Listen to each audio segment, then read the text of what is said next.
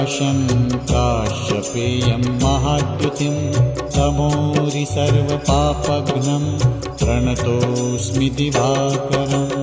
ॐ ह्रां ह्रीं ह्रौं सः सूर्याय नमः।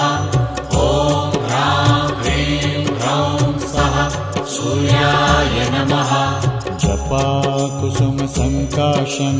काश्यपेयं महाद्युतिं तमोरि सर्वपापघ्नं प्रणतोऽस्मि दिवाकरम्।